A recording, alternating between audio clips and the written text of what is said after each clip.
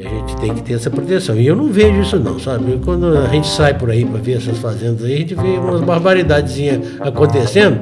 Inclusive, às vezes o camarada até com uma bomba costal, ele banhando boi e aquilo escorrendo pelas costas dele assim, ó, que vai lá embaixo, assim, entendeu? Aí, sabe, é um problema isso. Mata até o oxiúro. Sabe, a gente tem que ter um certo cuidado com isso daí. Fala, mamíferos! É muito bom ter vocês aqui de novo com a gente mais uma vez. Você já sabe, né? Para aquele episódio incrível. E a chuva chegou, a gente sabe como é que é, né? Como que controla o tal do carrapato? Mais ainda, será que ele tem controle? A gente sabe que hoje na pecuária leiteira é uma das coisas mais difíceis que tem, é justamente lidar com esse parasita. Então, para falar sobre isso, a gente vai trazer aqui um pesquisador, que é o meu xará, é o Daniel, que trabalha só com isso há anos, que inclusive trabalhou com o meu tio, da minha família lá no UFMG, que também trabalhou com carrapato a vida inteira. Então, pensa numa pessoa que tem experiência, tanto para fazer pesquisa, quanto na prática, no controle e as estratégias. Tudo isso, todas as dicas e tudo que você pode fazer na sua casa, prepara aí que até o final desse vídeo é só coisa boa. E para isso, vamos começar. Daniel, tudo bem com você? Fala pro pessoal um pouco quem é você e por que você está aqui nessa mesa com a gente. Tudo jóia, Daniel. Obrigado aí pelo convite, né? Estou muito satisfeito de estar aqui com você. Sou pesquisador da EPAMIG, como você falou, sou veterinário. Não sou mineiro, né? Vim do Ceará, mas estou aqui já há mais de 30 anos. E fiz meu mestrado, meu doutorado na Escola de Veterinária do UFMG, fui orientado do professor Romário Cerqueira Leite, seu tio, né? E depois fiz concurso e entrei na EPAMIG ali próximo a Sete Lagoas, EPAMIG Centro-Oeste, Campo Experimental Santa Rita, em Prudente de Moraes. E de lá para cá a gente veio desenvolvendo um trabalho de rotina de controle de carrapato em rebanho experimental. E depois disso, agora a gente está conduzindo um trabalho no campo experimental Risoleta Neves, em São João del Rei, uma outra unidade da EPAMIG, né, que também tem um rebanho bovino, um rebanho experimental para a produção de leite e que também enfrenta uma situação bem difícil, né, nessa parte aí. Tem cargas parasitárias assim, muito elevadas, é um desafio lá também.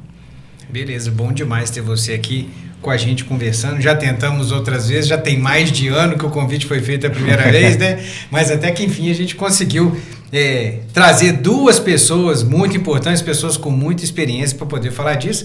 Você é uma delas, então mais uma vez muito obrigado. Que isso. E a outra com não menos experiência e também já conhece bastante do assunto, Antônio Cândido da Embrapa Gado de Leite, mais conhecido por aí como Tunico. Tudo bem? Tudo bem, Daniel, tudo bem. E mais uma vez, obrigado aqui, porque é a segunda vez que nós estamos fazendo um podcast aqui, para sempre. É muito bom estar aqui com vocês. Primeiro episódio, se você não viu ainda, está aqui no card, pode olhar. Ele fala sobre febre aftosa. A gente não vacina mais, uma doença que está um pouco esquecida, mas assim, ó, vê lá, porque a gente nunca sabe quando é que ela pode voltar. E se voltar, o negócio é pesado. A gente tem barreira econômica, sanitária, tem um monte de problema que pode vir através dessa doença. E se você ainda não viu e fica meio curioso, olha aqui do lado que já tem um episódio desse para você com o Tunico. Mas, Tunico, conta pra turma um pouco também quem é você, o que você faz e por que você está nessa mesa aqui com a gente. Eu estou nessa mesa aqui porque eu passei por aí, você deu uma laçada lá e vim para cá, né? Então foi assim que eu cheguei aqui. E eu sou veterinário da Embrapa há 35 anos. Eu que sou responsável pela saúde animal lá da Embrapa Gado de Leite. E nós temos também um problema seríssimo. Eu gostei até do tema, porque carrapato, para mim, eu chamo de, né, Daniel? Carrapatose é uma terminologia que a gente gosta de falar sobre ela. Para mim, eu considero a carrapatose uma doença talvez até a mais importante de todas, porque você tem que conviver com o parasita. E essa convivência você não pode deixar de ter, o animal não pode deixar de ter. E ele é muito difícil de controlar porque bota uma quantidade de ovos com uma eclosão muito grande. E isso dificulta muito a vida da gente. Mas eu já conheço o Daniel há muitos anos também. E ele tem uma experiência boa nisso aí, que nós vamos explorar ele um bocadinho aqui assim, porque é muito interessante o que o Daniel faz. E no controle do carrapato, eu acho que ele é um dos caras muito bons nisso daí. Beleza, bom demais. Tunico, vamos começar. Eu vou pegar o gancho. Normalmente a gente começa o podcast nosso fazendo uma definição de o que são as coisas, para quem está escutando entender. Mas eu acho que carrapato dispensa esse tipo de coisa, né? Então vamos puxar o gancho em cima do que você falou, que eu achei muito interessante, que é a convivência forçada, né? Você precisa controlar o carrapato, mas rebanho sem carrapato também é um problema. Por quê? Olha, primeiro que é uma parasitose violenta, que causa um grande problema pelo próprio parasitismo do carrapato, que causa um problema terrível no animal, de alergia, coceira e até anemia. E, além de tudo, ele transmite alguns parasitas, que são os agentes da tristeza parasitária. E para manter esses níveis de anticorpos contra a tristeza parasitária, quando os animais estão a campo, eu preciso da presença do carrapato. Esse é o grande problema. Nos confinamentos, aí fica um pouco mais controlado, mas em se tratando de animais que vão para campo, eu tenho que conviver com o carrapato, de preferência com cargas baixas, que é difícil você fazer isso, né, Daniel? É sim. Então, esse seria talvez o maior problema, de eu controlar o carrapato e não erradicar o carrapato. Até porque é difícil erradicar o carrapato. E esse negócio é interessante, né? Teve uma produtora daqui da Companhia do Leite que ela comprou alguns animais que estavam confinados. Animal adulto, já a Jéssica é adulto. E foi falado para ela, olha, esses animais, eles não estão, não tem contato com o carrapato, toma cuidado, porque se chegar na sua casa, vai dar problema. Ou você faz uma premonição desses animais, ou pelo menos você deixa esses animais presos e toma cuidado, porque se pegar carrapato, vai morrer mesmo. E o que aconteceu com ela? E a gente sabe, né? Quando o animal é mais velho, mais adulto, é pior ainda. Pior ainda, né? Pior ainda. Ela deixou os animais confinados, e quando a gente chegou lá, começou a morrer. E, gente, mas o que está acontecendo? Que está morrendo? E ela falou, não, mas não é possível, não é isso, é outro problema, porque elas estão confinadas. E na hora que a gente foi ver, os animais para ir para a sala de ordenha passavam num corredor. Esse corredor foi o suficiente para a gente ter uma infestação de carrapato nos animais. Olha aí, é isso aí. E aí pronto, ela perdeu, se eu não me engano, perdeu 6 cabeças na época, né? Olha o prejuízo por causa de um corredor vindo do confinamento para a sala de ordenha. Daniel, nessa linha, conta pra gente, uma pessoa que está no confinamento, que tem uns animais no confinamento, tem um período que esse animal fica confinado sem os animais, que já pode ser um problema? Um animal que já está no pasto, ele veio, foi confinado, passou 8, 10 meses confinado, depois ele volta para o pasto de novo. A gente sabe que algumas fazendas isso já começa a ser um problema. Como que você recomenda que seja feito nessa situação? Olha só. Primeiro um comentário a respeito da questão que vocês falaram antes aqui, da necessidade de conviver com o carrapato, por conta da imunidade contra os agentes da tristeza parasitária bovina. Então isso para a gente talvez seja o ponto crítico. Então a gente começou assim justamente pelo ponto que eu acho que é o que é mais limitante, tá? Que é o mais sensível da questão do controle. Justamente porque se não tivesse a necessidade de desenvolver imunidade, como regiões muito frias, onde o carrapato dos bovinos não ocorre, né, a gente teria essa facilidade, tá? De erradicação. Sim, aí nós poderíamos erradicar. Isso, de aumentar essa pressão de tratamento, fazer tratamento supressivo, diminuir carga, até eliminar de uma determinada propriedade. Ou seja, isso é uma questão mais complicada do que o próprio desenvolvimento de resistência, né? Então, na nossa região, que é uma região favorável para a população de carrapato, né, que é favorável também para o desenvolvimento da tristeza, a gente não pode considerar essa possibilidade de reduzir essa população. E tem a ver com essa outra pergunta sua, né? Reduzir demais a população de carrapato por um período muito longo coloca a propriedade numa situação de vulnerabilidade, risco, de vulnerabilidade. E aí, mas esse período que você colocou não é um período complicado. Seria interessante, por exemplo, se a categoria de vaca seca pudesse ir para um piquete, né? Ou seja, ela ficaria confinada no período de lactação, né? E aí, secou a vaca, ela pode ir se contaminar, Sim. né? Com uma carga baixa, de preferência. Então, isso aí seria suficiente para poder manter imunidade e, num período assim, bastante interessante, também para a produção de um colostro, né, de qualidade, né? Então, esse momento seria um momento interessante de... Um colostro de qualidade para essas doenças. Para essas enfermidades, exatamente. Especificamente. Então, do ponto de vista assim, de uma estratégia para trabalho, eu consideraria, né? Os relatos, me corrija se eu estiver errado, mas já escutei que a resistência, né, vamos colocar, a imunidade para carrapato duraria de 8 a 10 meses, e aí depois ela cai muito, e aí o animal que às vezes sai do confinamento e vai para o pasto pode vir a ter problema por ter passado tempo demais confinado sem contato com o carrapato. Como é que você fala sobre isso? É porque essa questão da imunidade, ela não está bem estabelecida.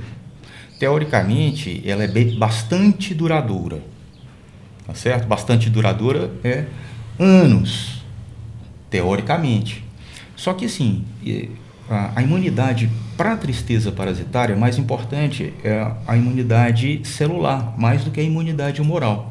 E a gente não avalia muito a imunidade celular, a gente avalia a imunidade humoral. Se desenvolveu anticorpos, tá?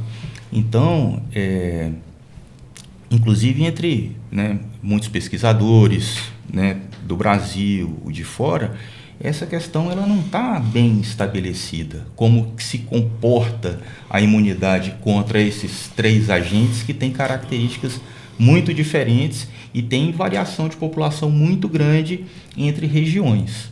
Então, essa não é uma questão que a gente pode dar uma resposta muito direta, porque isso não está bem esclarecido do ponto de vista científico. A expectativa era, olha, uma vez que teve um quadro clínico de Babesia bovis, esse animal não terá recidiva, a não ser numa situação de baixa de imunidade. De baixa imunidade, alguma situação menos comum. Teve um caso de Babesia bigêmina, o mesmo animal, né? E aí ele depois não vai ficar imunizado contra a Babesia bigêmina, ok? Aí teve um quadro de anaplasmose, a mesma situação, ou seja, pode se confundir que está tendo recidiva, ele pode estar tendo quadros clínicos causados por diferentes agentes, tá certo? Aí teve um quadro clínico de anaplasma, um quadro de Babesia bigêmina, um quadro clínico de Babesia bovis, tá certo? Teoricamente não deveria desenvolver novamente, mas está se discutindo isso. Em que condições? Tem gente que relata que isso acontece com uma determinada frequência. Recidivas, né? Mais do que 3, tem que falar, não é possível, né? Então isso não está bem esclarecido, viu, Daniel? Infelizmente. Mas o fato é que, olha, o Daniel, é só uma partezinha aí que essa experiência a gente tem bastante lá na Embrapa de animais confinados. E acredite, nós fomos derrotados pelo carrapato no confinamento do freestyle. E teve um problema seríssimo no freestyle lá, que não foi só com animais adultos. Foram com a descendência disso, porque quando foi feito o freestyle lá na Embrapa, era para não ter as doenças, os hemoparasitas. Exatamente por isso. Mas foi aí que derrotamos. Porque toda vez que você tirava qualquer animal de lá de dentro, jovem ou adulto, ele vinha com a cacetada violenta, entendeu? Então, isso aí, olha, com certa frequência, bastante alta, eu diria, os animais adultos que permanecem muito tempo no confinamento, eles estão sujeitos a desenvolver a doença. Não sei se é por um estresse qualquer que vai lá para o pasto, ou qualquer coisa, mas que eles apresentam a doença, com certeza. Sim, isso aí é verdade, Tonico. Eles têm um desafio, é muito comum, né? Ter as categorias de bezerro desmamado e novilha em piquete, né? E aí novilha no terço final de gestação é confinado e daí para frente nunca mais vê pasto. Não, pois é. Né? Então é um período muito longo, sem desafio. E aí quando a bezerra nasce, ela vai para um bezerreiro gaiola suspensa. Ou qualquer coisa desse tipo, né? Assim, que atrapalha também. Sem desafio, que seria o momento mais importante de sofrer desafio, porque é o momento que o animal está mais resistente aos quadros clínicos. Até porque essa proteção vinda do colostro, se você tiver um colostro de boa qualidade, ele vai até uns 70, 80 dias aí, o animal ele tem condições de reagir melhor às doenças, entendeu? É o que ele está falando. O animal, quanto mais velho, mais graves são os quadros de tristeza parasitária, né? Olha só, a gente veio para falar de carrapato e estamos falando de tristeza. Falando de tristeza. Não, mas segue porque tá ótimo, eu tô adorando assistir. Pois é. Então, olha só, um outro aspecto. A bezerra, ela, além da questão da imunidade passiva, também tem ainda resquício de hemoglobina fetal, tem proteínas plasmáticas que estão relacionadas também com essa imunidade. Tem algumas até que não tem nome ainda, não estão descritas. Tá? E tem alguns aspectos de manejo que são muito importantes. Ou seja, é uma categoria que ela é monitorada naturalmente pela própria rotina de produção. Diferentemente de uma bezerra desmamada, de uma novilha. Então, é um animal que obrigatoriamente vai ser avaliado, vai ser pelo menos vistoriado, no mínimo 2 vezes por dia. Então, é mais fácil de monitorar. Então, é um momento interessante. É um animal que é mais resistente aos quadros clínicos mais graves, né? E o sistema de manejo favorece o monitoramento, se identificar mais cedo. Outra coisa, é um animal... Mas nós estamos falando aqui do animal que já está no piquete. Não, nós estamos falando de bezerra que não foi para o piquete. Exato. Ela está numa amamentação ainda. Bezerra mamante. Sim. Né? E tem uma outra questão do ponto de vista operacional, que é muito mais barato e muito mais simples tratar um animal com 40, 50, 60 quilos. Né? Você fazer uma hidratação, fazer uma transfusão, fazer um tratamento. Muito vai pegar uma novilha isso. de 300 quilos para poder fazer um tratamento. Né? De sangue, nada, tem 30 litros ali que você tem que colocar no jeito. Né? Então, do ponto de vista se eu tivesse que escolher aonde que ocorreriam os quadros de tristeza, eu escolheria lá. No início, lógico. Né? O que vai dar mais ou menos aproximadamente aí em torno de 45 dias em diante. Eu escolheria ir, com certeza. Por aí. Além do que ia conferir uma imunidade duradoura durante toda a vida. Né? O que a gente vê nos sistemas de produção é que desmamou, foi para aquele lote de transição, que é aquele lote mais sentido naturalmente, por conta do estresse do desmame, da mudança do sistema de manejo. É o momento que dali para frente começam a ocorrer grande parte dos quadros e dos surtos. Né? É nesse momento, após a mudança da dieta. Né? Então, esse bezerro desmamado ali... Na saída da casinha. Exato, de 4 meses até 8 meses de idade, é o clássico, né, dos quadros de tristeza. Agora, temos produtos carrapaticida novos no mercado, né? E temos sistemas de manejo que estão, assim, na nossa região, pelo menos, migrando para o confinamento, principalmente compost. Né? Então, isso está mudando o cenário que a gente está observando, que era essencialmente a pasto, e está migrando para os sistemas confinados, e aí com a tendência de ter menos carga parasitária, né? Nas categorias de vaca, né? E deixando uma situação mais grave, né? Para bezerra desmamada e novilha. Perder novilha prenha de tristeza é uma tristeza. Pois é, mas veja bem uma coisa, quando você vai para o compost, o carrapato não sobrevive no compost. Não. Você dá uma cacetada no carrapato violenta disso, não precisa de medicamento, não precisa de nada. O problema do compost aí, vai lá naquela história que eu falei lá do freestyle, é que você vai ter o problema, que essas vacas elas têm uma lactação muito longa. Principalmente se for especialista em leite, como as vacas europeias, assim, você vai passar 10 meses, 12 meses ali dentro. Então, aquilo que nós estávamos falando assim anteriormente aí, vai acontecer com esse animal que está no compost. É onde cresce esse problema aí, assim, daquela repetição que eu te falei, você entendeu? Com compost você assim, elimina o problema de carrapato nessas categorias que estão confinadas. Sim, é verdade.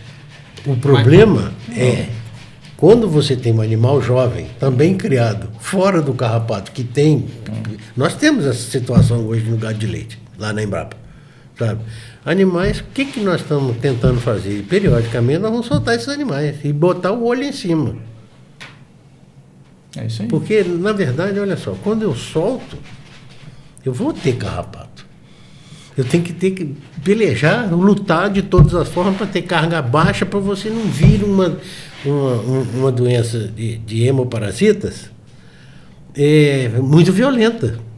Entendeu? Então, é um problema. É um problema, mas pra gente não... já perdemos, vamos lá na tristeza parasitária, que eu acho que é o outro problema grande do carrapato, você não ter que eliminar ele, mas vamos voltar pro carrapato, né? Sim. Aquela questão que eu já vou começar desse jeito para saber de vocês, né? Você chega hoje e vai falar com o produtor, a primeira coisa que ele fala, mas doutor, qual que é o melhor remédio para o carrapato, né?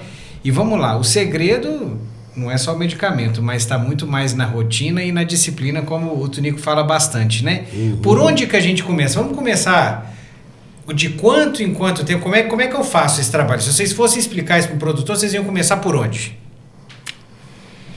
Tá. Respira, pois vamos lá. Essa é uma questão assim, que a gente não tem possibilidade de resolver com uma visita. Com uma conversa. A gente procura fazer com que ele conheça o máximo possível do assunto. Desde biologia, né? Como que é o ciclo dele, como que isso se comporta durante o ano, né? E qual que é a teoria do controle. Mas a gente sabe que uma conversa só, assim, apesar de a gente muitas vezes conseguir abordar isso de uma forma simples, com linguagem bem fácil, isso não fica assim sedimentado. Ele não consegue se apropriar disso daí.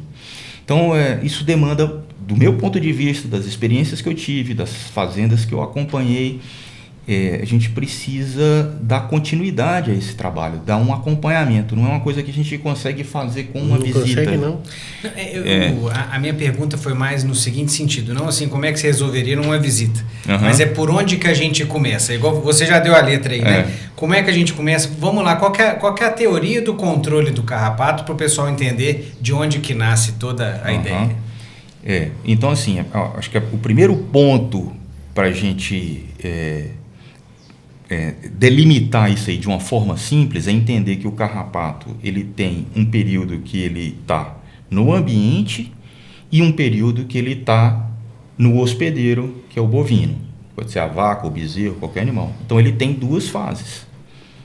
Ele tem um período que ele está no solo, certo? E ele tem um período que está no hospedeiro. Então a gente precisa entender que se tiver um ambiente bom, né? No solo, cobertura vegetal, disponível para o carrapato, ele vai gostar e vai se multiplicar bem, tá certo? Se a gente tiver um hospedeiro, aí no caso, suscetível, principalmente animal da raça holandesa, raça Jersey, animal europeu, que é mais suscetível, né, e seus cruzados, em grande densidade populacional, isso também é bom para o carrapato.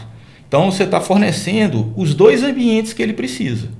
Ele precisa ter os dois para ir bem. Exemplo, eu posso pegar em um compost, tá certo? Ou um galpão de freestall, encher ele de vaca de leite holandesa PO e não ter nenhum carrapato. Por quê? Você suprimiu o ambiente.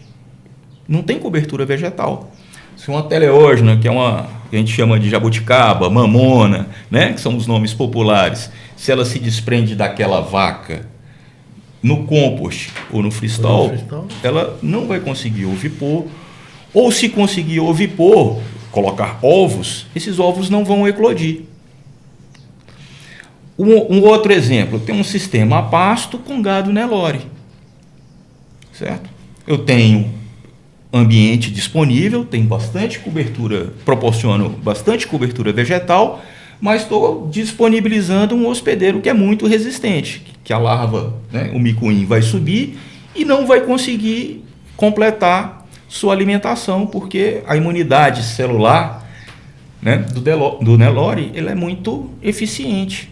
Entendeu? Então a primeira coisa é entender o que a gente está, o que o sistema de produção, tá certo, está proporcionando para poder ter essa explosão de carga parasitária.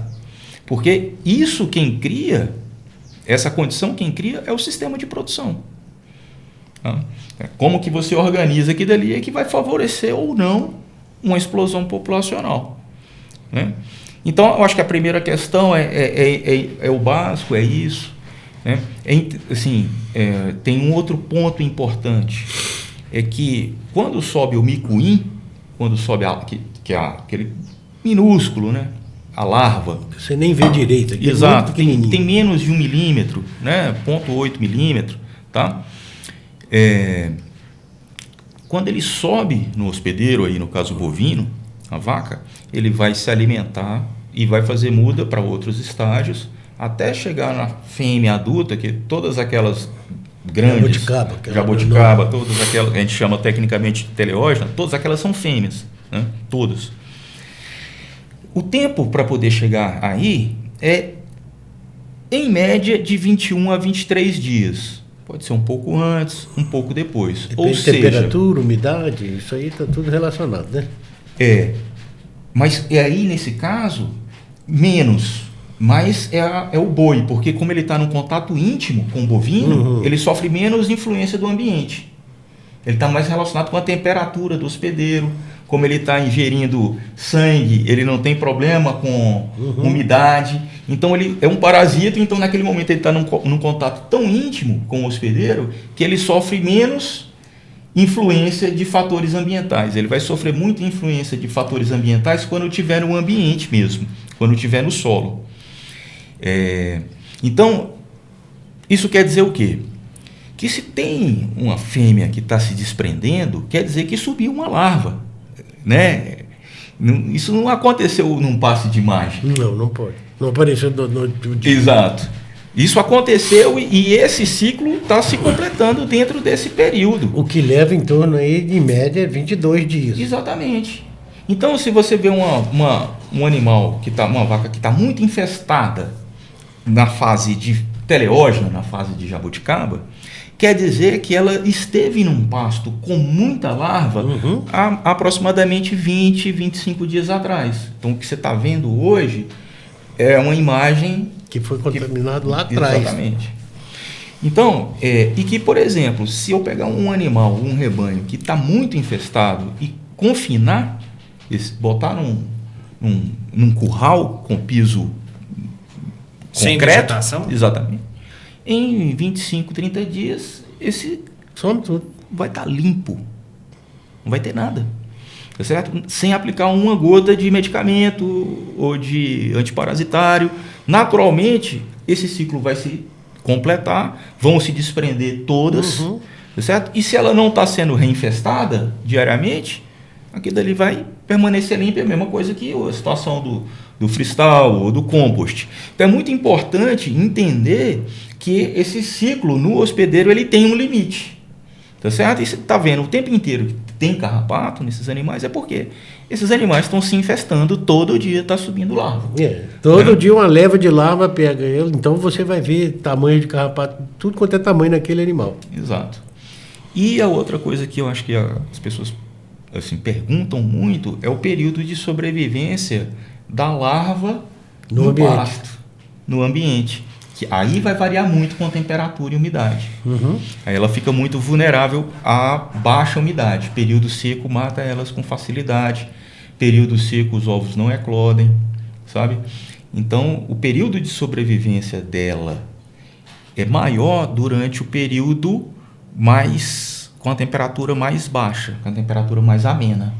Porque ela consegue, o metabolismo dela é mais lento. Embora seja um período mais desfavorável na nossa região, porque é um período mais seco e elas são muito sensíveis a baixa umidade. Mas a gente tem que pensar na umidade não no nível do nosso nariz, a umidade lá no nível do solo. Porque, vamos dizer que aqui está dando 30%, 40% de umidade relativa no período seco, se tiver um capinzinho verde lá embaixo vai estar dando mais de 70%. Né? Então, se tiver uma área de influência de umidade, de uma lagoa, de um córrego sombreado, mesmo durante esse período, ela vai conseguir fechar o ciclo de forma adequada. Então, em torno dos 90, 120 dias, 4 meses que ela vai sobreviver com uma temperatura mais amena, período inverno nosso, certo? Desde que tenha umidade. E no período do verão, que é o período que é mais favorável, porque tem muita umidade, mas é muito quente, e aí ela consome as reservas energéticas dela mais rápido. Então o período de sobrevivência dela é mais curto. Aí vai em torno de 60, 70 dias. Só que como o ambiente está muito favorável, tem hospedeiro, tem cobertura vegetal, ela acaba fechando o ciclo mais rápido. Então são questões assim de biologia que quanto mais o técnico, o produtor entenderem isso daí, mas ele mesmo vai ter condição de criar mecanismos para fazer o controle.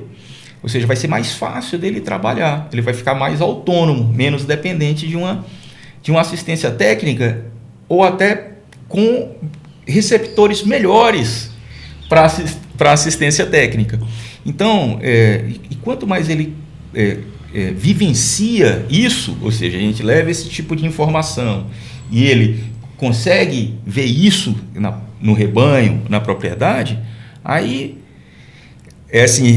é muito bom porque facilita muito o trabalho.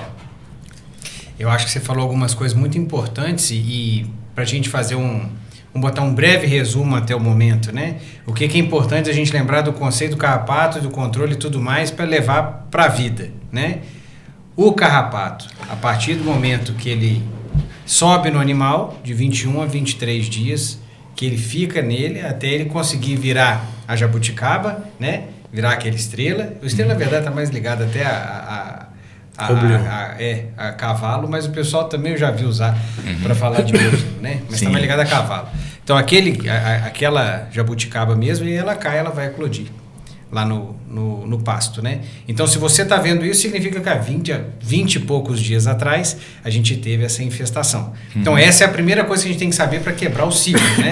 Eu não posso deixar chegar nesse ponto. Essa é a primeira situação. Uma outra coisa muito interessante também que você falou, que eu acho que é importante da gente levar aqui também, é que, né, a umidade do solo é muito importante. Então, na seca tem menos carrapato, mas eu acho que o que você falou é interessante, que a beirada de córrego é onde você ainda tem uma palhada, você ainda tem uma vegetação, ali embaixo você cria um ambiente mais úmido, que às vezes o pessoal fala, né, como é que tá na seca e tem essa quantidade de carrapato? Pode procurar. Tá aí, né? Beirada de córrego, algum lugar que realmente favorece essa umidade para que esse carrapato continue no ciclo dele.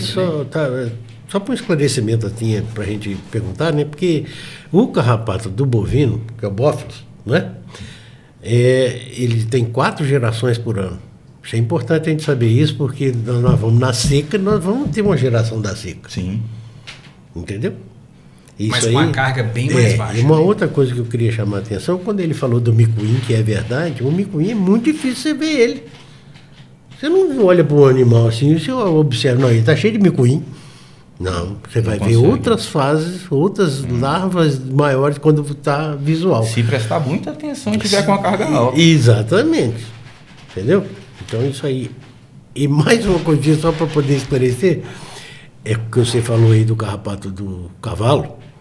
São 2, né? Mas sim, o ambleoma é mais interessante, que é o estrela. Deixar claro, viu, gente? Realmente o estrela é o carrapato do cavalo mesmo, mas volta e meia eu já vi alguém falar, né, de boi também, porque eles não sabem que é jabuticaba e tal. Então não, só que o ambleoma, que é o carrapato, o ambleoma cagenense, que é o carrapato do cavalo, ele pode parasitar bovinos. Normalmente tem uma infestação baixa porque tem muito compartilhamento de pastagem, né? De bovino com equino. Isso é importante, você tirar esse compartilhamento de cavalo com bovino. Isso é uma coisa interessante, né? Interessante fazer. É uma dica bacana. O carrapato do boi, o bófilos, ele é específico do boi. O do cavalo, ele é qualquer coisa, coisa que inclusive aparecer. na gente. Tem uma questão importante aí.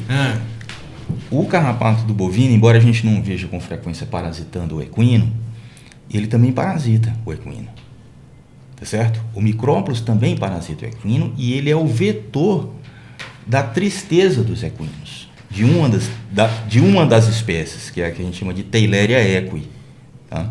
Então, isso até do ponto de vista do equino, é importante você separar. Você separar, olha só. Tá? Porque o principal não, é o vetor biológico, né? Então, parte do ciclo da Theileria ocorre no micrópolis. Então, não é o amblioma que vai transmitir para o equino, tá?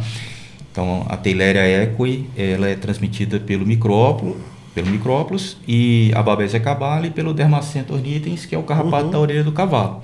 Então, assim, do ponto de vista de sanidade equina, é melhor separar. Voltando para aquela questão da umidade do córrego, que é aquilo que você falou, não sei por que a gente está numa época que espera-se uma carga parasitária muito baixa e tem bastante carrapato. Então, esse é um dos pontos assim, que quando a gente trabalha, a gente fica mostrando, olha, gente, as coisas têm explicação, tá certo? Há pouco tempo atrás, você estava lá porque eu infesto animais no laboratório, né?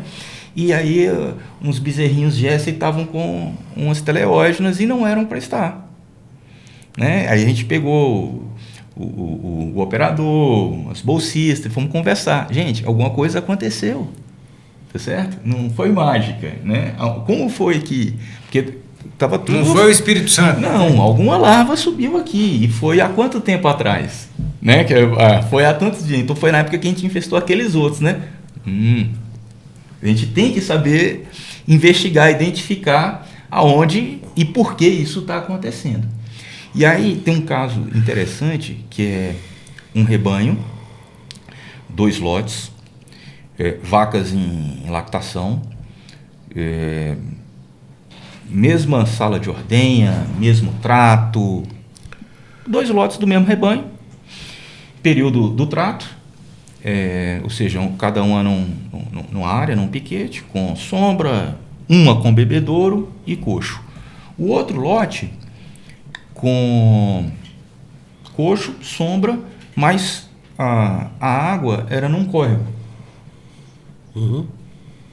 Não tinha estrutura de bebedouro. Então a tronqueira estava aberta para poder beber água no córrego. A diferença, isso assim, agosto, setembro, depois eu tenho que pegar, bem seco. Né? O que tinha o bebedouro, que estava realmente confinado, a média estava em torno de 7 a 10, tá? De carga de carrapato. Aqui estava indo beber água no córrego, estava com média de 300 a 400, que é uma carga muito elevada. Certo? Na mesma data. Ou seja, o que tinha lá no córrego? Sombra, umidade e hospedeiro. Vai lá pelo menos 2, 3 vezes ao dia lá beber sua água, desprender teleógena, se infestar com larva, com micuim. Então, essas coisas, aí você fala assim, eu estou esperando aquela dinâmica populacional de 4 gerações, né? Aí primavera pequena, verão maior, outono explodiu, inverno lá embaixo. Aí, de repente, o inverno vai lá em cima. Zangou e você faria agora, né?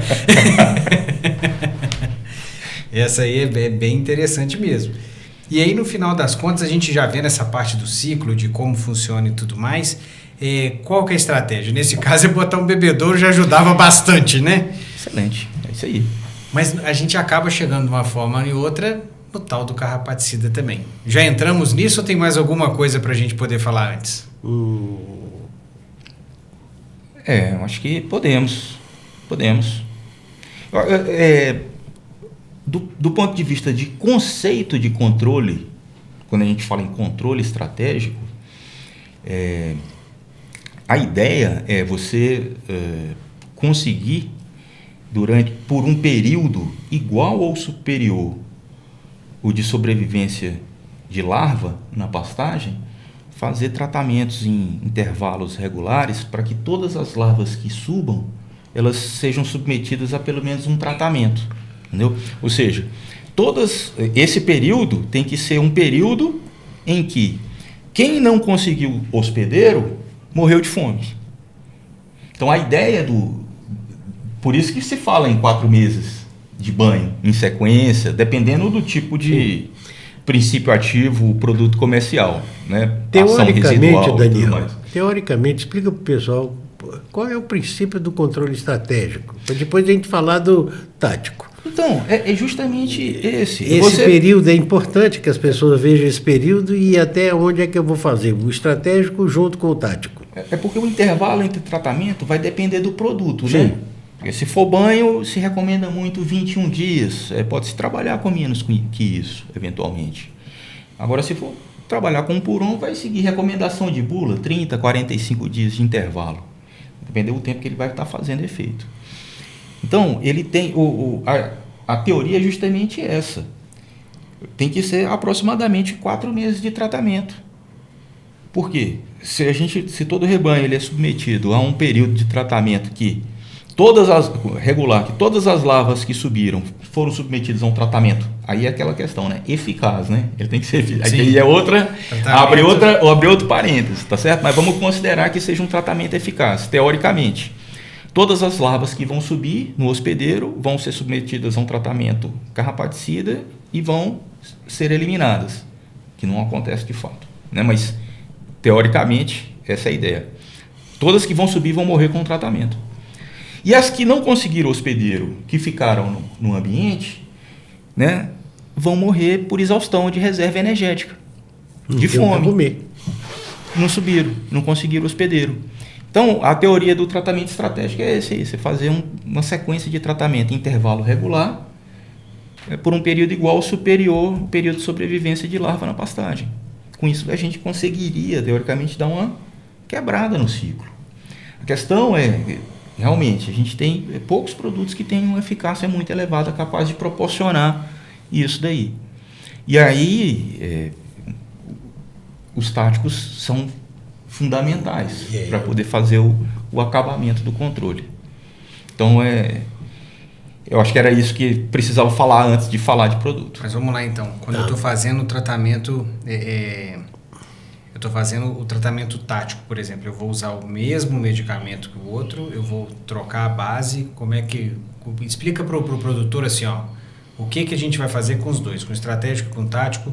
O que lógico, não quero que você fale a base, até porque isso não existe, a gente precisa de fazer o teste para poder chegar na conclusão qual que a gente vai usar. Vamos chegar no biocarrapaticidograma daqui a pouco, mas como é que eu diferencio isso? Esses 4 meses em qualquer época do ano, a gente está falando especificamente da seca, que aí já tem uma carga parasitária menor e a chance desse animal, do parasita morrer maior. Como é que explica um pouco melhor isso para o produtor. Então, tem que ter na cabeça aí esse ciclo de 1 ano a partir da primavera. Aí primavera, 20 e poucos de setembro. Que aí é legal que a gente parte de um ponto de referência comum, né? Então a primeira geração seria essa geração da primavera, a segunda seria a geração do verão, a terceira do outono e a quarta do inverno, para simplificar. Essa da primavera é uma geração menor esperada em função do efeito da baixa umidade relativa do período seco. No inverno.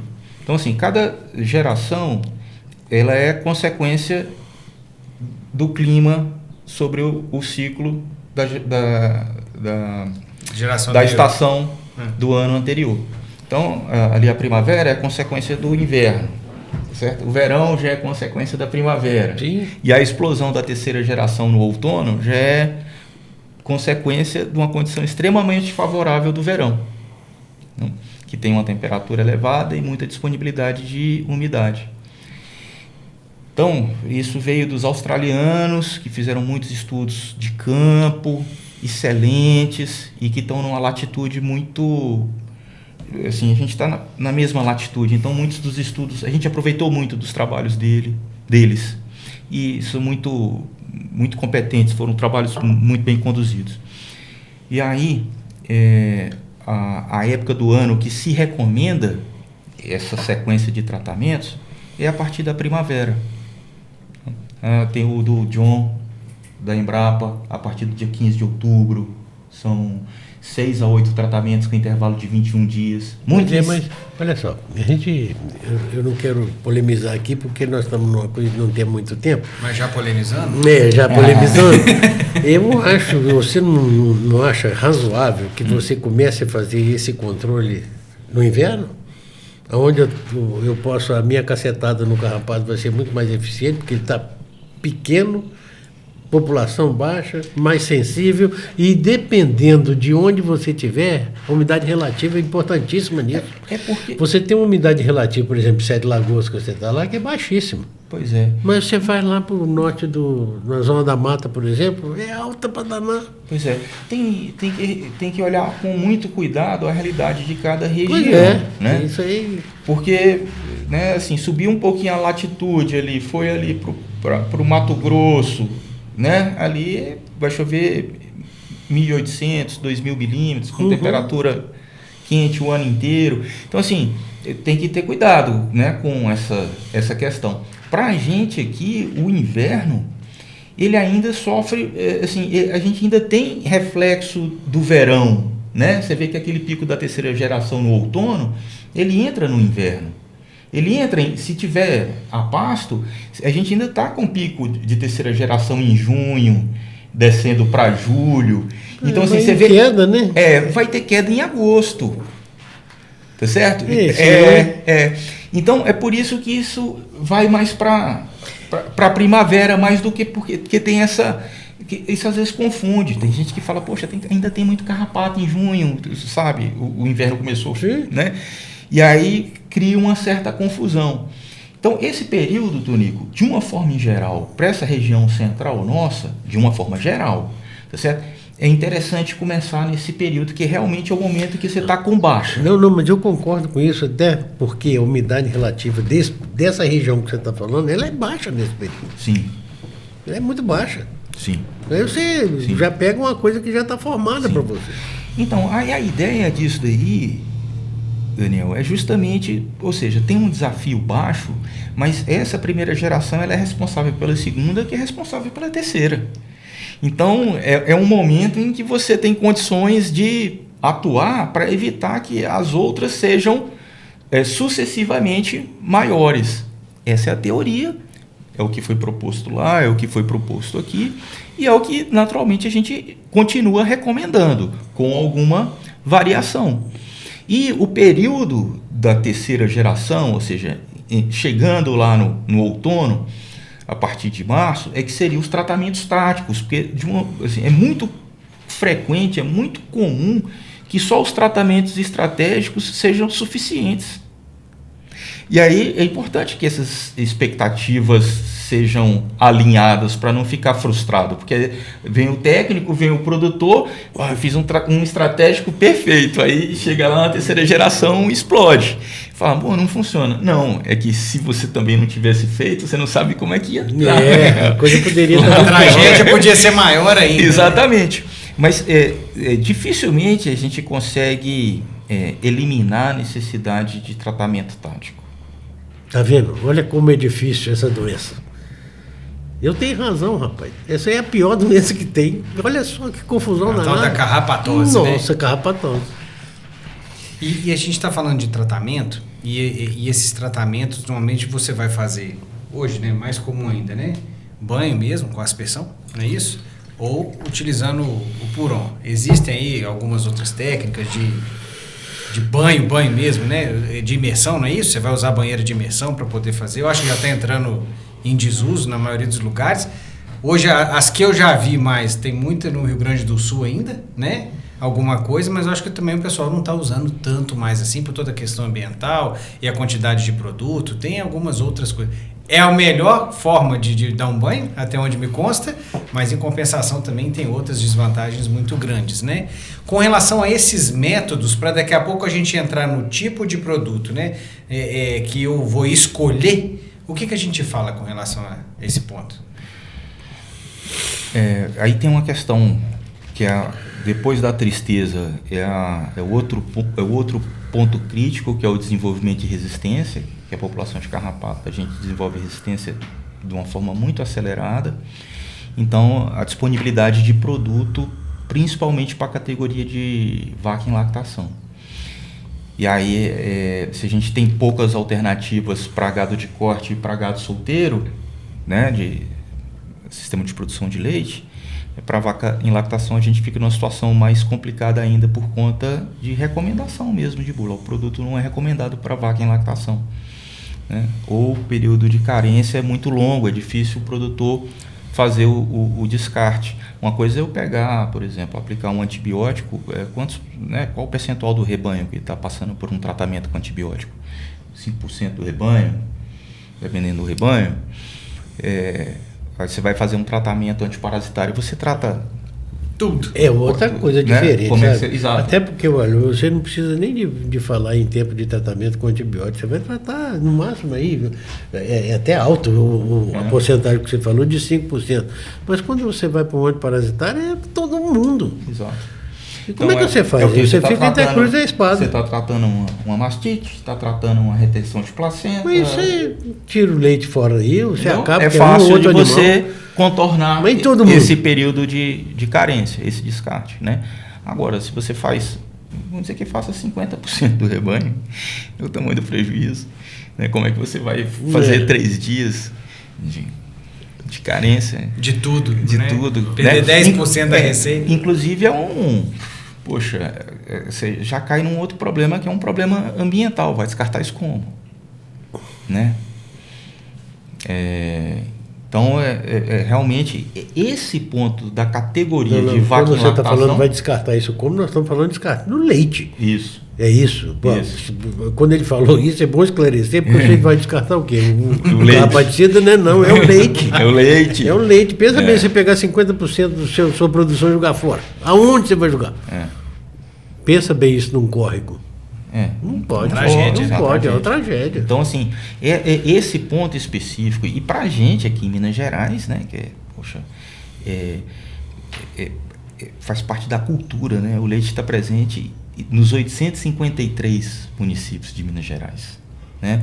Qual a atividade agropecuária, né? Talvez corte e milho esteja também muito em função disso daí.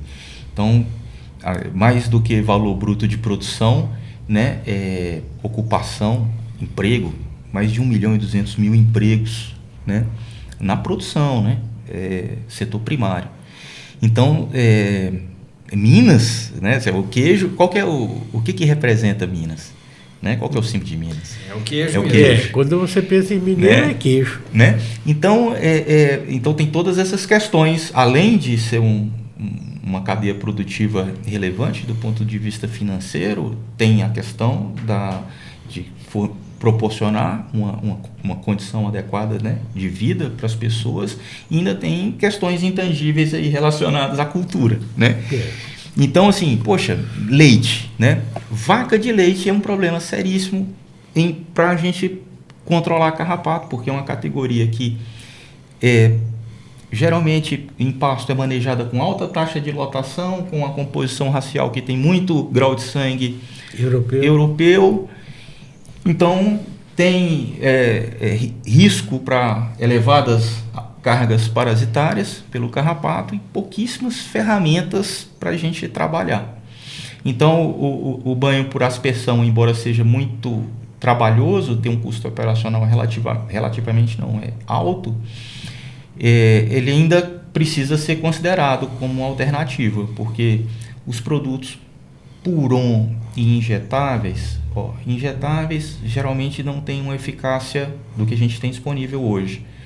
Assim, suficientemente adequada para os desafios que a gente enfrenta. Então, os injetáveis a gente pode descartar ele, botar de lado. Exato.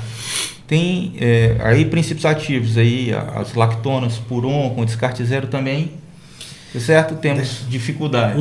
Daniel, deixa eu só abrir um parênteses aqui no que você falou para a gente deixar bem claro, né? Nós estamos falando de carrapato, E falando de carrapatos injetáveis, eles não são tão recomendados porque eles não têm a eficácia que precisa. Mas se eu estou falando de vermes, se eu estou falando de outras coisas, eu tenho injetáveis interessantes para poder trabalhar. Né? Perfeito. Eu acho que é importante, senão alguém pode olhar e falar assim, então injetável não presta. Não, opa, a gente está falando aqui é de carrapato, né? Deixar bem claro aí para quem está escutando e assistindo a gente. Perfeito. Muito cuidado nessa hora para poder a gente não dar uma impressão, né? Exatamente isso. E aí tem alguns purons de alguns princípios ativos também que deixaram de fazer efeito já tem tempo. Os piretroides, as lactonas, que aí tem períodos de carência muito curto. Mas assim, beleza, dá para usar em vaca em lactação, mas não funciona, né? Tá certo? E aí existe uma tendência geral do produto puron que é um período residual mais longo.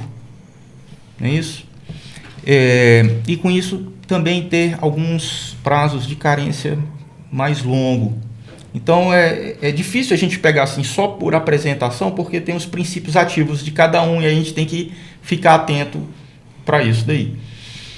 Então, eu costumo bastante fazer tratamento carrapaticida ainda com banho por aspersão. Hoje mesmo estava lá em São João del Rei, hoje pela manhã a gente banhou 30 animais com a ferramenta que a gente tinha, ou seja, tentando fazer da forma mais confortável possível e mais rápida possível e com o mínimo de resíduo possível e com ação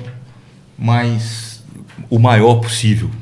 É o que a gente tem. Não dá para a gente, hoje, apesar de ter produto muito mais fácil de aplicar, a gente ainda precisa lançar a mão para a nossa realidade, do meu ponto de vista, para a categoria de vaca em lactação. O banho de aspersão eu ainda acho que é um caminho bem válido.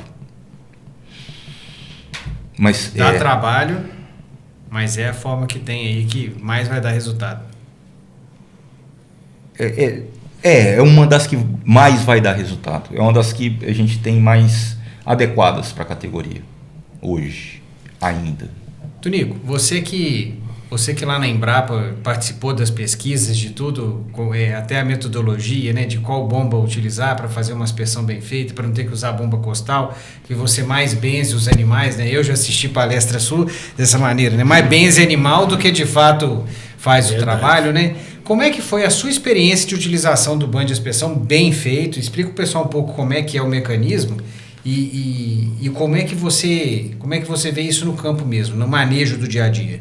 Olha só, Daniel, tem vários tipos de banho de aspersão e que foram testadas, inclusive o seu professor, o tio do Daniel, eu estava lá no início com ele, eu era menino ainda, quando ele começou a fazer isso, você vê o tanto que o homem é velho. Ele bolou lá uma situação em que banhava com uma bomba motorizada, caseira, bomba 3/4 e tal. E ele fez eu acho que até tem alguma coisa da Austrália também com isso, de banho de aspersão, e isso não foi assim uma ideia totalmente dele não, e foi o mais eficiente que a gente viu, porque igual você falou aí, e é verdade, se o camarada pegar uma bomba dessa de aspersão costal, bota 20 litros ali assim, que aquela bomba deveria teoricamente dar para 4, 5 animais adultos. Quem que aguenta fazer isso? Então, é aquilo que você falou, você começa a benzer os animais daqui e dali. Pensando nisso, nós temos duas opções. Aquela bomba atomizadora, que eu acho muito boa, mas se você teria que ter o túnel mais longo para ela. Ela tem um problema danado de entupimento de bico, e aí dá aqueles problemas, você tem que parar tudo, aí o cara tem que ter um cuidado danado para ele não ser banhado lá dentro, desligar a bomba e tal, tem todos os problemas aí. E o que se ficou melhor foi fazer esse banho de aspersão com o material agrícola, de aspersão. Tem uma ponteira que chama pata de cachorro, tem três saídas. Tem, né? 3 saídas. E ele é virado assim num ângulo de mais ou menos 45 graus, que permite que você passe debaixo do animal. Você deve ter isso lá na... A gente usou... O conceito disso aí chama pulverizador estacionário motorizado. Estacionário porque fica parado. Sim, ele fica motorizado parado. porque Você tem bota um motor. mangueira. Incrivelmente tem um motor. E faz um brete de. Bem didático. Estacionário com motor. Você faz um brete de cordoalha, onde você tem uma facilidade para mexer com os animais ali. E bota o indivíduo de um lado ou do outro. A questão é que você não pode botar dois inimigos. Você tem que botar gente assim, que quando chegar no boi do meio, um não joga... Que um de um lado e o outro de outro. Eles têm que se no encontrar, então você tem que ter esse cuidado todo, porque veja bem uma coisa, não é só o carrapaticida não, sabe? Até um antibiótico mesmo, nós estamos trabalhando com venenos. Então isso para a saúde humana é um problema. A pessoa tem que estar paramentada, vestida, protegida, e a gente faz isso lá na Embrapa. O camarada vai para lá todo protegido, inclusive na bomba atomizadora. Ele não vai lá de qualquer maneira, não.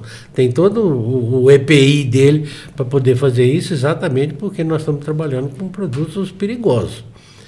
E a gente tem que ter essa proteção. E eu não vejo isso não, sabe? Quando a gente sai por aí para ver essas fazendas aí, a gente vê umas barbaridadezinhas acontecendo. Inclusive, às vezes, o camarada até com uma bomba costal, ele banhando o boi e aquilo escorrendo pelas costas dele assim, ó, que vai lá embaixo, você entendeu? Aí, sabe, é um problema isso. Mata até o oxiuro. Sabe, a gente tem que ter um certo cuidado com isso daí, porque isso é muito importante, né, Daniel? Você sabe disso. Tô lembrando aqui, porque assim, quando a gente foi estudar esse negócio de pulverizador, o pulverizador costal ele foi desenvolvido para uso agrícola. Para uso agrícola. Ele não foi desenvolvido para uso animal. E aí essa é a questão. O alvo agrícola, a gente tem que levar o pesticida até lá. Não dá para levar no curral, né? Então, o que você faz? Você tem que carregar ou nas costas, ou no trator, ou de avião, mas você tem que levar lá. No caso animal, você traz o animal no curral, então você não precisa ficar carregando a cauda nas costas. Você pode colocar num pulverizador estacionário. Pois é, mas você facilita demais quando você bota. Mesmo motorizado, ele é estacionário. Né? Então não tem esse negócio de ficar carregando cauda. Não tem sentido. Né? Nenhum. Até porque, olha só, você pode trabalhar meio-dia, um dia inteiro e tudo assim, e não vai se cansar de você estar levando ali 20 litros do negócio, pelo menos inicialmente. Olha só, você é exaustivo. Aí o camarada ele faz o seguinte, ele pega uma bomba costal, ele banha 5 animais. Na terceira bomba ele já está banhando 60 animais com ela. Já é difícil você controlar carrapato. Bomba costal. Eu tenho uma brincadeira que eu falo e quando eu estou falando de bomba costal, que é o seguinte, o cara que inventou de banhar boi com bomba costal, ele devia se afogar ele botando as pessoas no nariz dele. Porque não é possível. Não é possível. Agora, assim, essa é uma questão, assim, porque assim, o ideal era que a gente pudesse trabalhar com uma tecnologia mais prática. Eu só quero igual o Puron, é muito mais prático. É muito mais. É verdade. Mas eu quero só fazer uma ressalva aqui, Daniel. Se o camarada tem até 20 animais, e ele for um sujeito caprichoso e cuidadoso, ele pode usar a bomba costal. E ele consegue fazer um bom procedimento. E ele consegue fazer um bom procedimento. Mais do que isso, não é possível, porque você cansa. Você cansa. Você entendeu? E então, outra, esse esquema de brete de cordoalha, com o estacionário motorizado, com 2 operadores, você consegue fazer o banho com 2 minutos por animal. É rápido. Então você consegue atender rebanhos até grandes. O problema é quando você tem rebanhos muito maiores do que isso. E aí você, aí tem que ter 2 bombas, 4 pessoas, você tem que fazer um negócio... um negócio meio complicado, né? Agora, o banho de imersão, ele foi caindo em desuso porque, além de ser muito caro e complicado de construir, né? Manter, porque ali é um banheiro de 10 mil, 15 mil litros que você mantém na propriedade e que você precisa, quando passa com os animais, você precisa recarregar. Recarregar, tanto com água quanto produto. Isso, porque os animais quando passam, eles retiram mais produto do que água. Então eles entram depois de um banho com uma concentração e depois que o banho acaba, aquela cauda ali está com outra concentração. Então você precisa saber quanto que tem ali para poder recarregar. Na verdade tem uma metodologia que você mede isso daí, entendeu? Então o problema é você nem tem mais produtos para você usar isso aí. Agora... E aí você imagina, aí você tem lá, mantém ele lá 2, 3 anos e está na hora de dar a descarga nele. Vai botar uma de 10 mil litros. 15 mil litros. Desenvolveu resistência. Aí, entendeu? Então, assim, é um negócio que, assim... Você vai fazer o que com aquilo? Ele realmente é possível dar um banho muito bem dado, mas ele também é muito difícil o manejo, muito caro. Os que usam no Rio Grande do Sul são históricos, né? Isso é uma técnica, é um método antigo. E o pessoal mantém lá, principalmente, os menores para ovinos. Para parasitos de ovinos. Ainda aí é o que é mais utilizado. Ainda é? Eu nem sabia disso. E voltando a falar, né, dos métodos, né, a gente já comentou sobre alguns deles, né, então a gente falou da questão da bomba costal, da aspersão, né, da questão do banho de imersão também, que já estamos falando que está caindo em desuso, mas a questão que a gente não falou ainda é sobre qual produto usar. E eu vou antes disso, né, tem o Puron também na jogada, né? Quando eu falo de Puron e quando eu falo de aspersão, né, pensando que são os dois aí que a gente vai ter de eleição na nossa conversa aqui para poder utilizar na rotina. Quando que eu utilizo um Puron como método e quando que eu utilizo uma aspersão? Você já falou um pouco da vaca lactação, mas você utilizaria no gado solteiro Puron para poder manter os animais? Sim. Com certeza. Muito mais prático. Se Se tivesse essa disponibilidade, eu optaria pelo Puron. Essa é a rotina do trabalho e da recomendação, observando o princípio ativo. Porque a gente está falando de apresentação comercial, principalmente. Mas tem que ver essa questão da eficácia e da disponibilidade do produto, da formulação no princípio ativo para aquela população de carrapato. Então, de uma forma geral, gado solteiro, Puron, vaca em lactação, aspersão. De uma forma geral, assim, tem, claro, situações específicas. Os detalhes que tem que ver, analisar. Tá, mas assim, você pega um jeitão geral, eu tenho trabalhado dessa forma. Tranquilo, então beleza. Então assim, já falamos então quando a gente utiliza um Puron, quando a gente vai utilizar uma aspersão, eu acho que para quem está escutando a gente ficou mais claro nesse sentido. Agora, com relação ao princípio ativo, vamos falar um pouco sobre isso, né? Aquela história básica de chegar numa fazenda, o produtor perguntar assim, mas qual que é o carrapaticida bom? E você tem que falar, amigo, não tem um carrapaticida bom. De cara, assim, não existe, tem que saber qual que é aquele que funciona melhor para a sua propriedade, né? E para isso tem teste para fazer. Então assim, já levantando a bola para você chutar, né? Qual teste que a gente faz? Uma pessoa que quer fazer o teste, como que ela pode fazer? Para onde que ela pode mandar esse material? Então,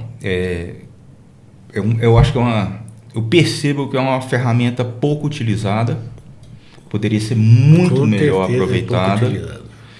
E eu acho que ela é pouco aproveitada justamente porque lá no dia a dia, muitas vezes ele não entende direito se o produto está funcionando, não está funcionando, recebe um teste carrapaticida de um produto que está dando 100% de eficácia, chega na propriedade, ele não observa 100% de eficácia, e aí aquilo que ele não entende, ele acaba deixando meio que de lado, porque o teste, a eficácia que o teste apresenta no laboratório, ela não é a mesma do campo. Não é. Não tem como.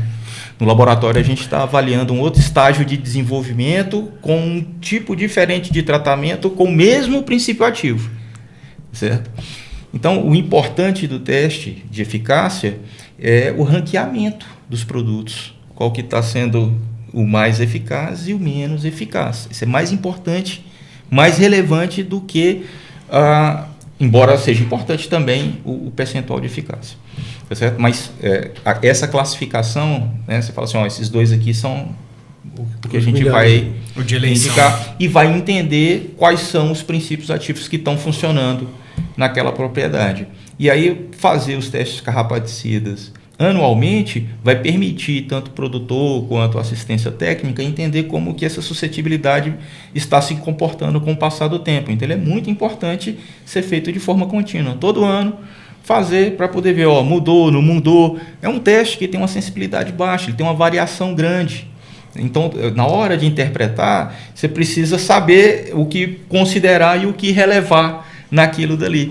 Então, teste carrapaticida é fundamental para entender como que está aquela população de carrapato e quais são os carrapaticidas a serem escolhidos, e aí a partir dos princípios ativos ver quais são as formulações comerciais, as apresentações para poder escolher. E é isso que você está falando, realmente isso não só para carrapato, como para antihelmíntico se faz muito pouco, e antihelmíntico é uma situação que desse ponto de vista até pior. É vermífugo, não? Antihelmíntico aí para a turma saber, é vermífugo.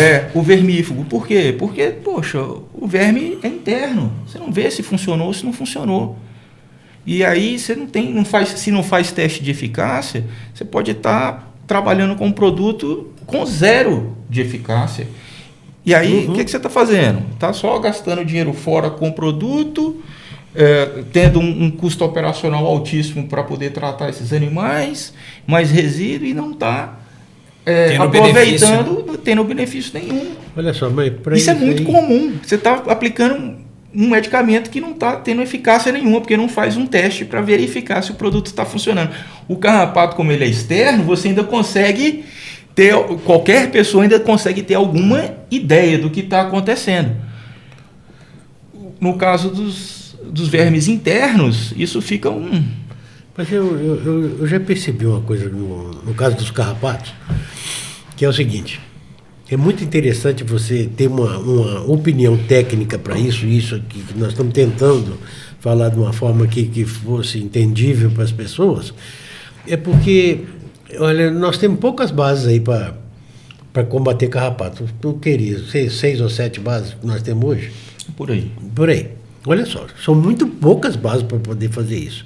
E muitas vezes o camarada vai numa loja e ele compra um medicamento e aquilo não funcionou, aí ele viu o vizinho dele com outro medicamento lá, ele foi lá e comprou o outro, mas se você for comparar, a base é a mesma. Só mudou a marca, né? E isso eu já tive a oportunidade de ver, que é o seguinte: o camarada foi lá, foi banhando, bomba costal, aquele negócio todo não funcionava de jeito nenhum. O vizinho arrumou, falou, usa esse aqui. Aí ele foi lá, o que ele fez? Ele caprichou no banho. Se ele caprichar no banho, ele pode ter uma eficiência. Então, olha só, olha quanto que é difícil você combater essa parasitose, quantas coisas envolvidas que tem nisso daí para você ter sucesso ou não. Isso eu já vi, eu estou te falando coisa aqui que eu já presenciei isso com pessoas que estão lá no dia a dia e ele usou a mesma base e teve um resultado melhor. É o capricho. Entendeu? E a pessoa que quer fazer esse teste, né? Como que faz o teste? Bom, precisa coletar, a gente recomenda 150 a 200 teleógenas, mamona, jabuticaba, bem gorda. Tem que estar bem gorda. Se ela tiver meio murchinha, ela não serve para o teste. Tá? Grandona.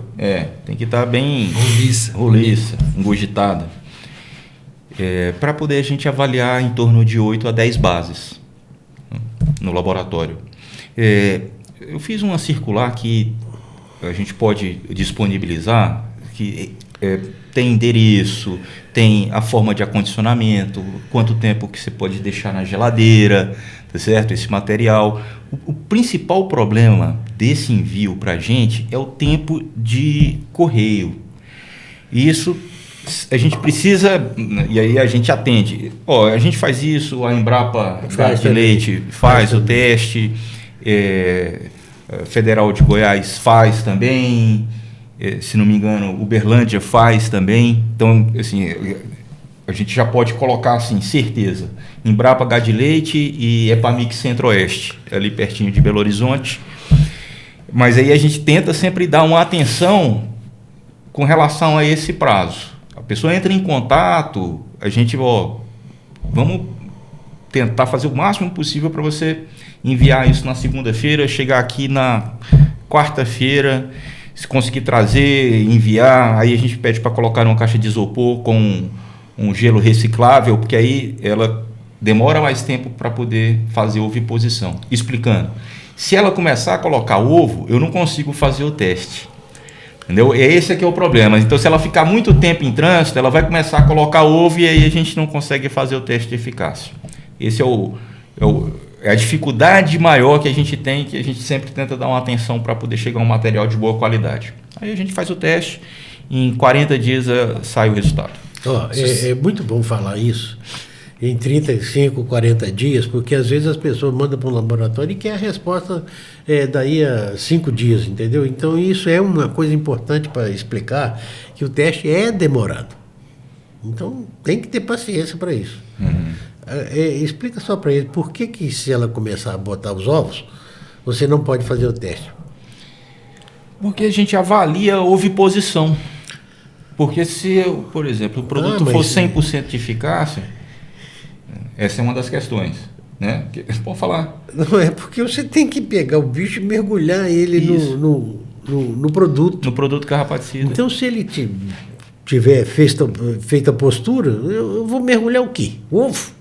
Não, eu preciso mergulhar a teleógena, a mamona, a jabuticaba, entendeu?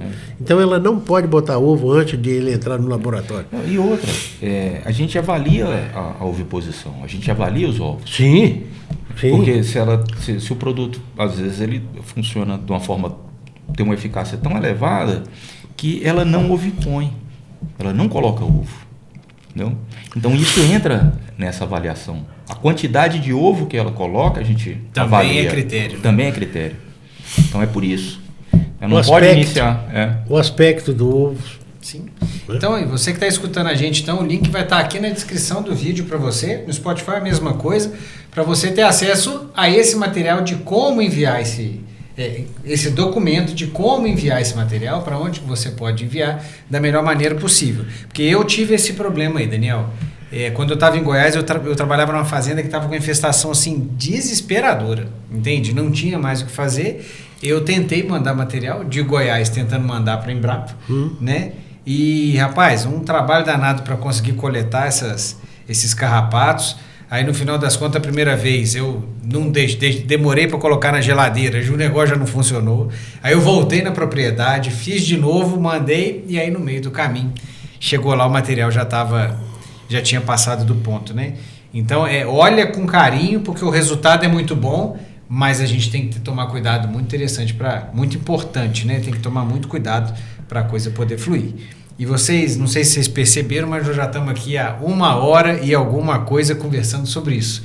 Falamos sobre o ciclo do carrapato, sobre o controle estratégico e tático, que tipo de medicamento utilizar. O mais interessante, a gente não falou nenhuma base química, eu acho isso importante, porque senão a pessoa que está escutando a gente acha que aquela base é importante ou aquela base não funciona mais, e a gente sabe que depende, na verdade, da fazenda e dos parasitas que estão ali, né? Então, para a gente fechar esse episódio nosso aqui, tem mais alguma coisa? Quais são as palavras finais que você pode levar para a turma que está escutando a gente, Daniel? É muito importante alinhar a expectativa, né? E ter assim, a clareza de que esse é um trabalho contínuo. A gente saber que isso não é uma coisa que você vai, eu quero acabar com o carrapato. Não, a gente precisa aprender a conviver com ele. Então, e aí é isso que a gente vê, né? Que muitas vezes o produtor, o técnico fica nessa expectativa de querer acabar e não vai acabar enquanto tiver vaca, enquanto tiver pasto. A gente vai ter carrapato e aí a gente tem essa missão, que realmente ela é um pouco difícil, né? De conseguir conviver da melhor forma possível. Beleza. Muito bem. Então tá bom. Tunico, suas últimas palavras do episódio. Do episódio. Nossa, foi um alívio trato isso. Não, eu endosso o que o Daniel falou. O Daniel tem muita experiência nisso, sabe o que ele está falando, porque o carrapato, ele é vigilância. Então, olha aqui que nós falamos de micuim, de jabuticaba, teleógena, que é adulto, aquele negócio todo. Você tem que estar na vigilância. E todo esse controle que ele está falando aí, assim, é vigilância. E para isso eu preciso de conselhos técnicos. A assistência técnica é fundamental nisso daí. Então tá bom. Ó, conheço vocês já de longa data e já escutei vocês falando disso pelo menos umas 5 milhões de vezes, e eu escutei mais uma e mais coisa para aprender, né? Então eu queria agradecer muito vocês por estarem aqui com a gente, essa oportunidade da gente poder falar um pouco mais desse problema que realmente é sério, né? O confinamento está acabando um pouco com ele, mas a gente já discutiu isso, eu não vou voltar a falar com isso. E é um prazer mesmo. Muito obrigado por vocês terem aqui. Eu tenho certeza que quem está com a gente também está contente e vai levar muita coisa boa para casa, né? E aí eu queria saber de você que está escutando a gente aí. Você tem problema de carrapato na sua casa também? Como é que você faz para combater e o que está acontecendo? Deixa aqui no comentário que a gente está doido para saber a sua opinião. E a gente sempre termina o episódio dando um tintim final. Vamos lá? Vamos lá. É isso aí, pessoal. Muito obrigado por você estar aqui com a gente mais uma vez. E você já sabe, né? Segunda-feira que vem, 7 horas da noite, tem mais um episódio aqui com você. Um abraço.